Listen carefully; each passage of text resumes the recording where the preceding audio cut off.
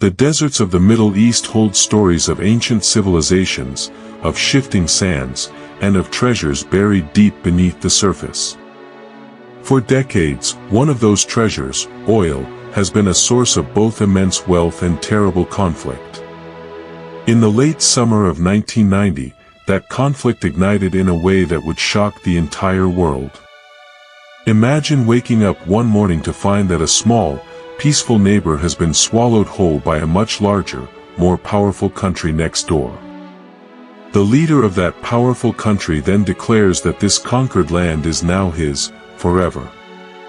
The international community erupts in outrage, but he refuses to back down. A massive military force from across the globe begins to gather on the border, a line in the sand is drawn, and a tense countdown to war begins. This is the story of Operation Desert Shield and Operation Desert Storm, a conflict known as the Gulf War. It was a war that promised to be a bloody, grinding battle but instead became a stunning display of modern technology and overwhelming force, reshaping global politics and the way wars are fought and seen by the public. This is the story of how a lightning-fast invasion led to a lightning-fast war, a narrative of high-tech wonder and human cost, all unfolding in just a matter of weeks. This is the Gulf War, explained in a way anyone can understand. It was the 2nd of August, 1990. The sun had barely risen over the tiny, oil-rich nation of Kuwait when the first rumbles were heard. They were not the sounds of a city waking up, but the low, menacing growl of tanks and armored vehicles. They belonged to the army of Iraq, a much larger and more powerful neighbor to the north, and they were crossing the border. The leader of Iraq was a man named Saddam Hussein. He had been making threats against Kuwait for weeks, accusing its rulers of pumping oil that belonged to Iraq and keeping global oil prices low, which hurt his own country's war-torn economy.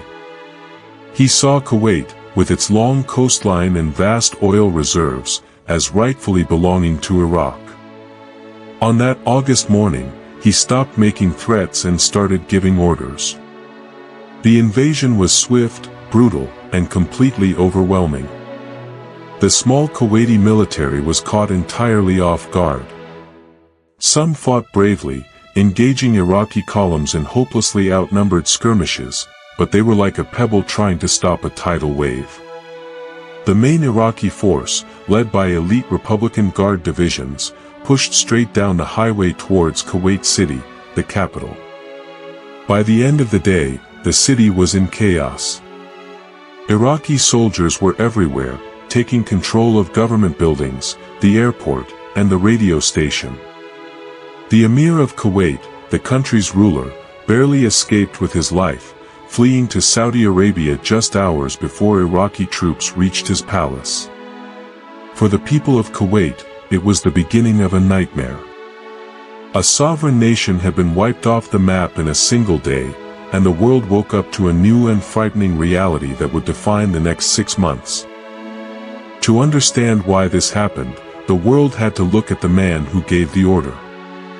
Saddam Hussein was the president of Iraq, but his power was absolute, more like that of a modern-day king or dictator.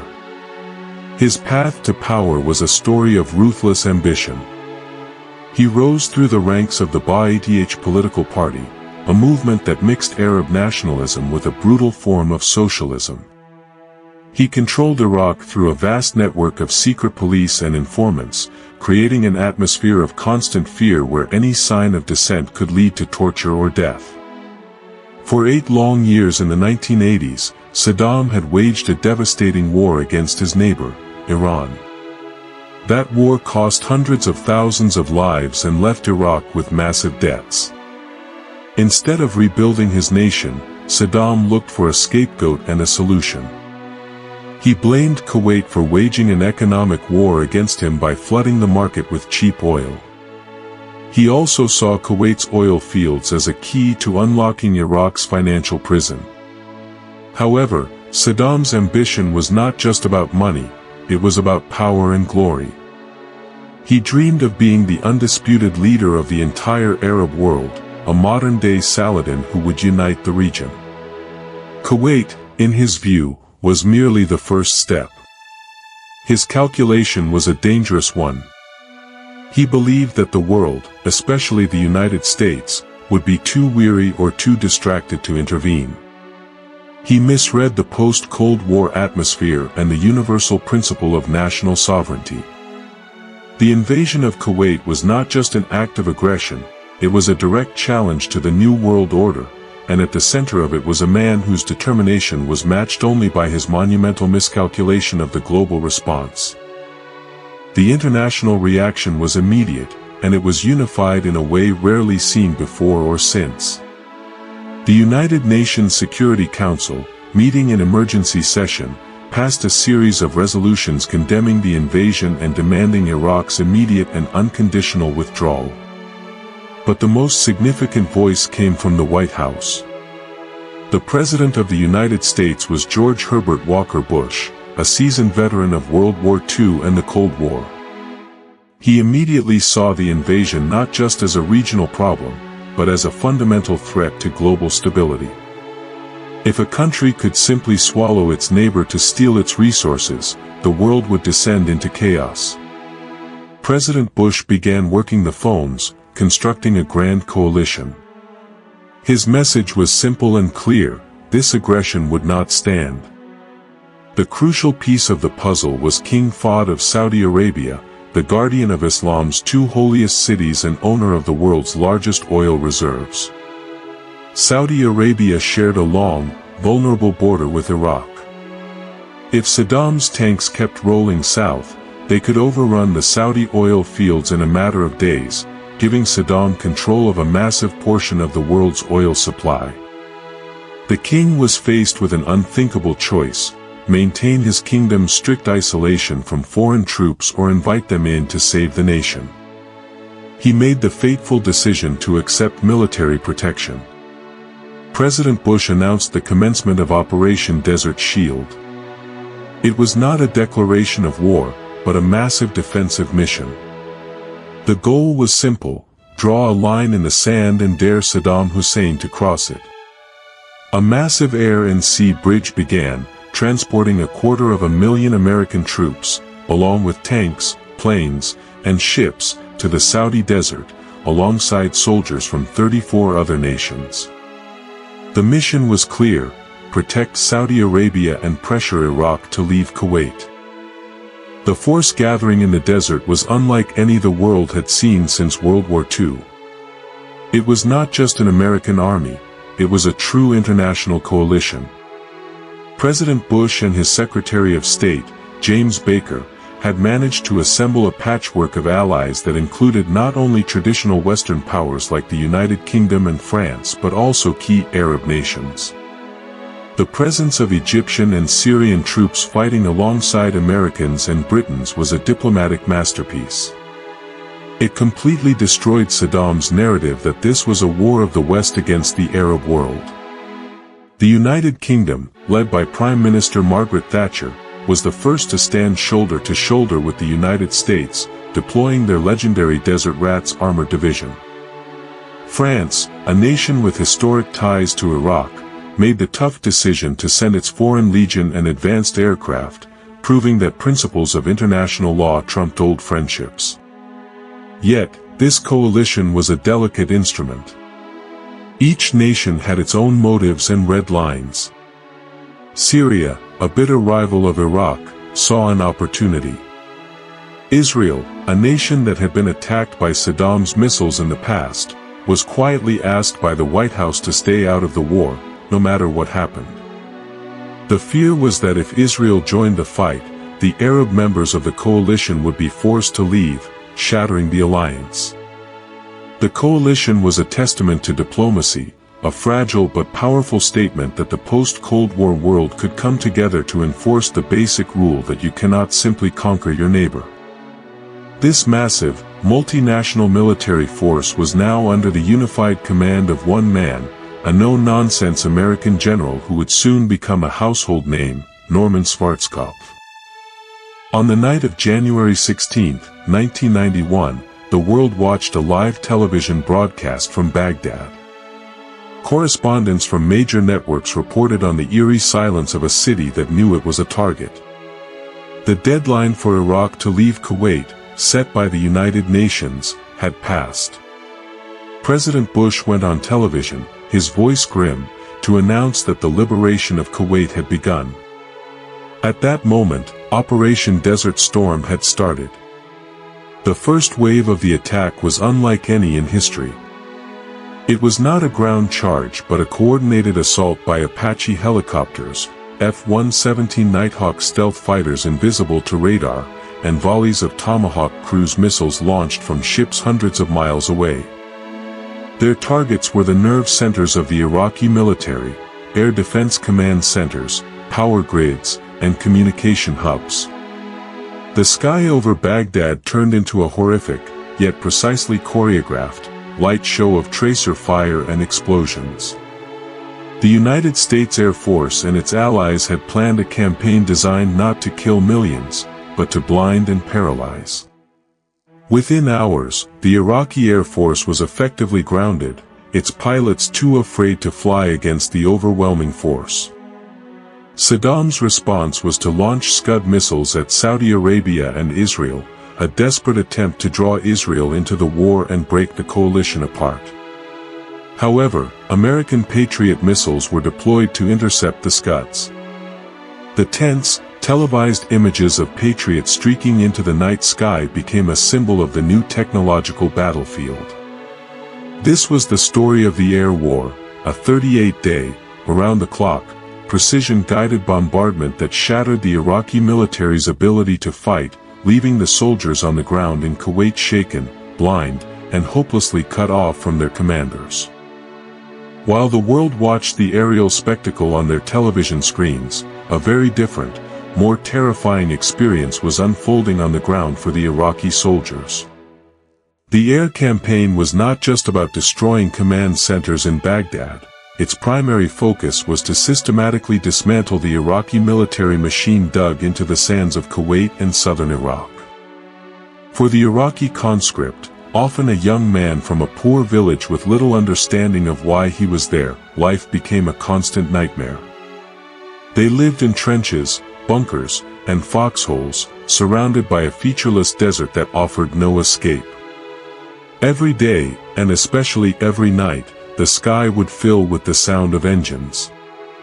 B-52 Stratofortress bombers, huge planes flying so high they were invisible from the ground, would unleash their payloads.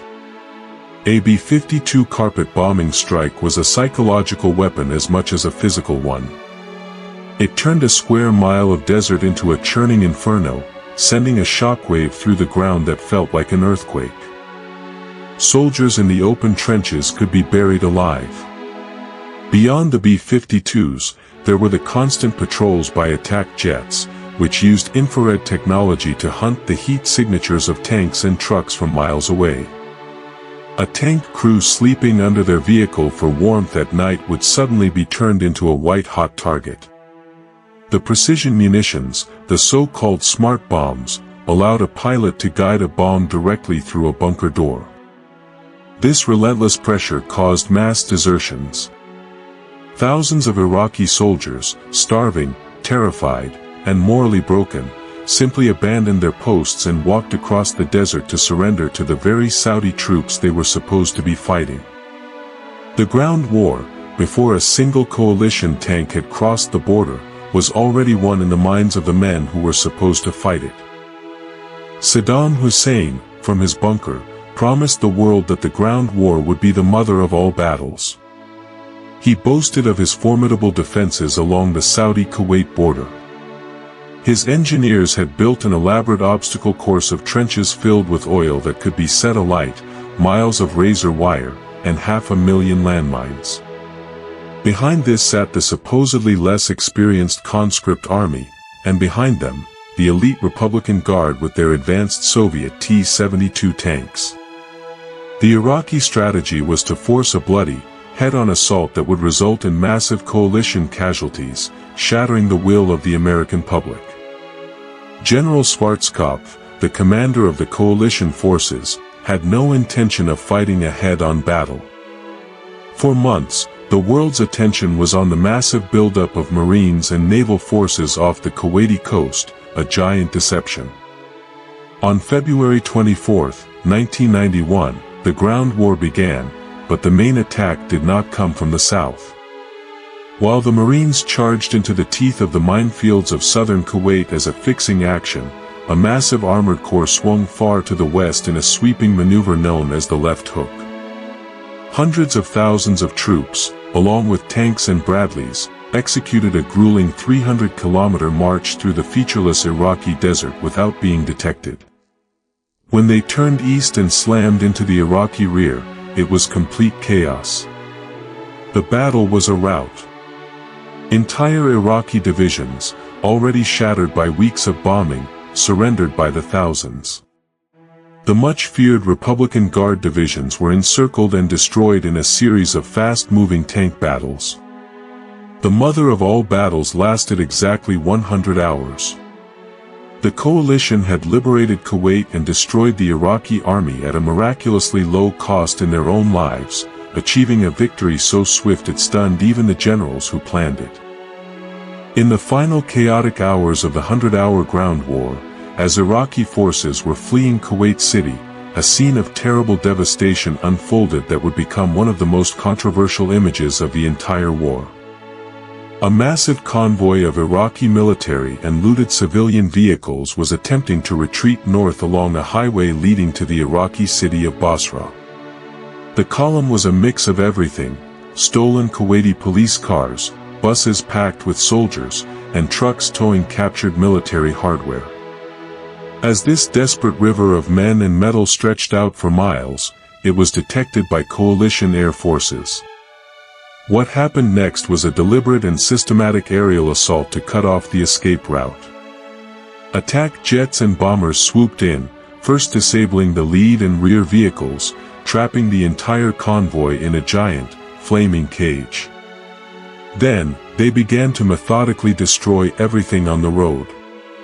For hours, the pilots attacked the stranded column, turning hundreds of vehicles into burning, twisted wrecks. Journalists arriving the next day were met with an apocalyptic scene they christened the Highway of Death.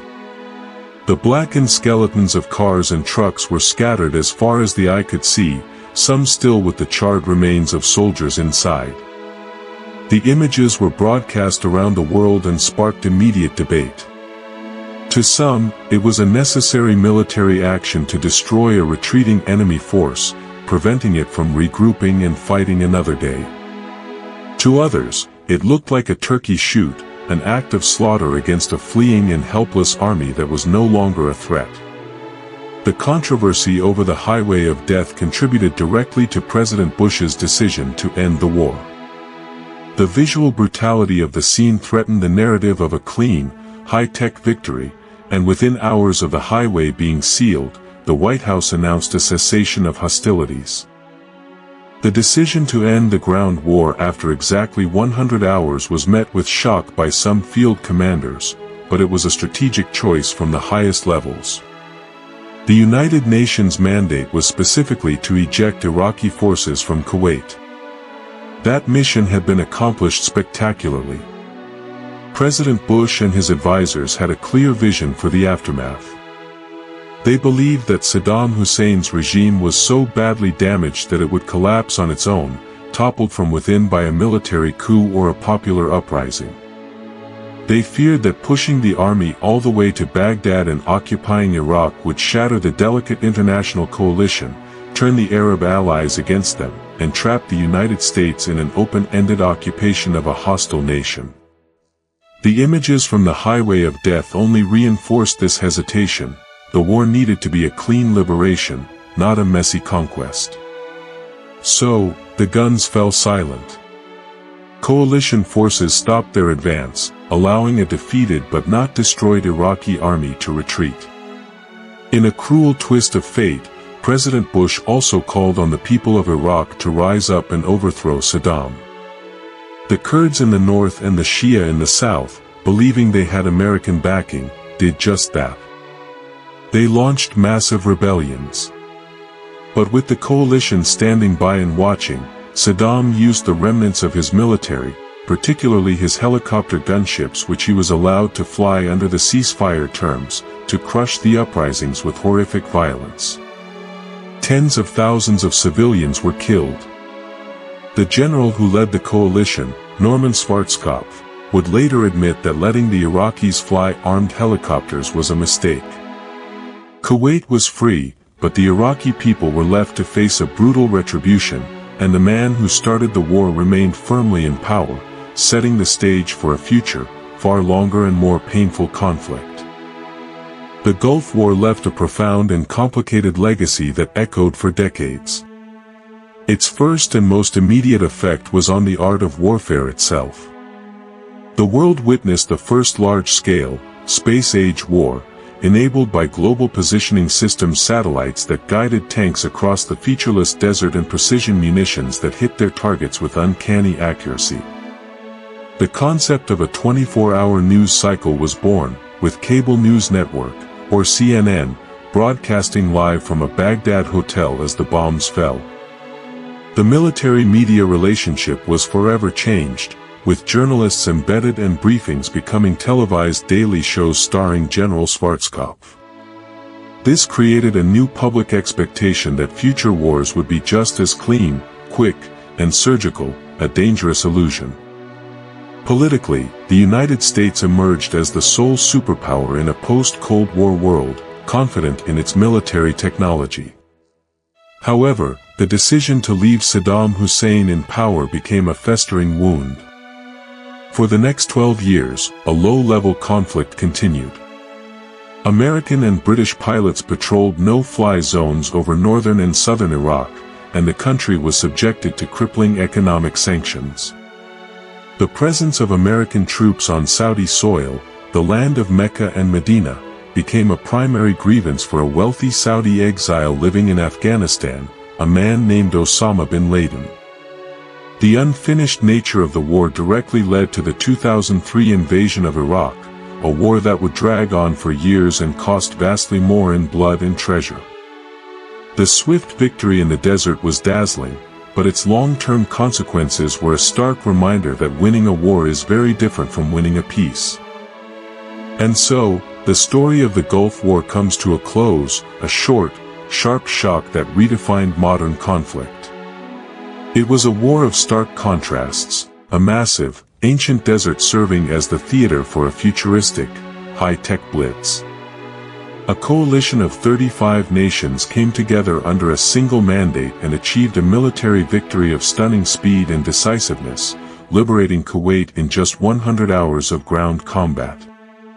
The world watched a televised spectacle of Patriot missiles chasing Scuds and laser-guided bombs disappearing down chimney stacks, and for a moment, it felt like war had been transformed into a surgical, almost risk-free operation.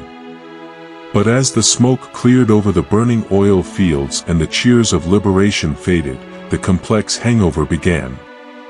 The same dictator who had been left in power brutally crushed the very people who were encouraged to rise against him. The lingering presence of foreign troops in the holy lands of Saudi Arabia fermented a new brand of hatred that would culminate in the September 11th attacks. The clean victory created a sense of hubris, a belief in invincibility that would have profound consequences a decade later. The Gulf War was not just a 5-week conflict, it was a pivotal event that launched the post-Cold War era, a cautionary tale of how even a swift and brilliant victory can plant the seeds of future tragedy, reminding us that the path from peace to war is lightning fast, but the journey back is long and never straight.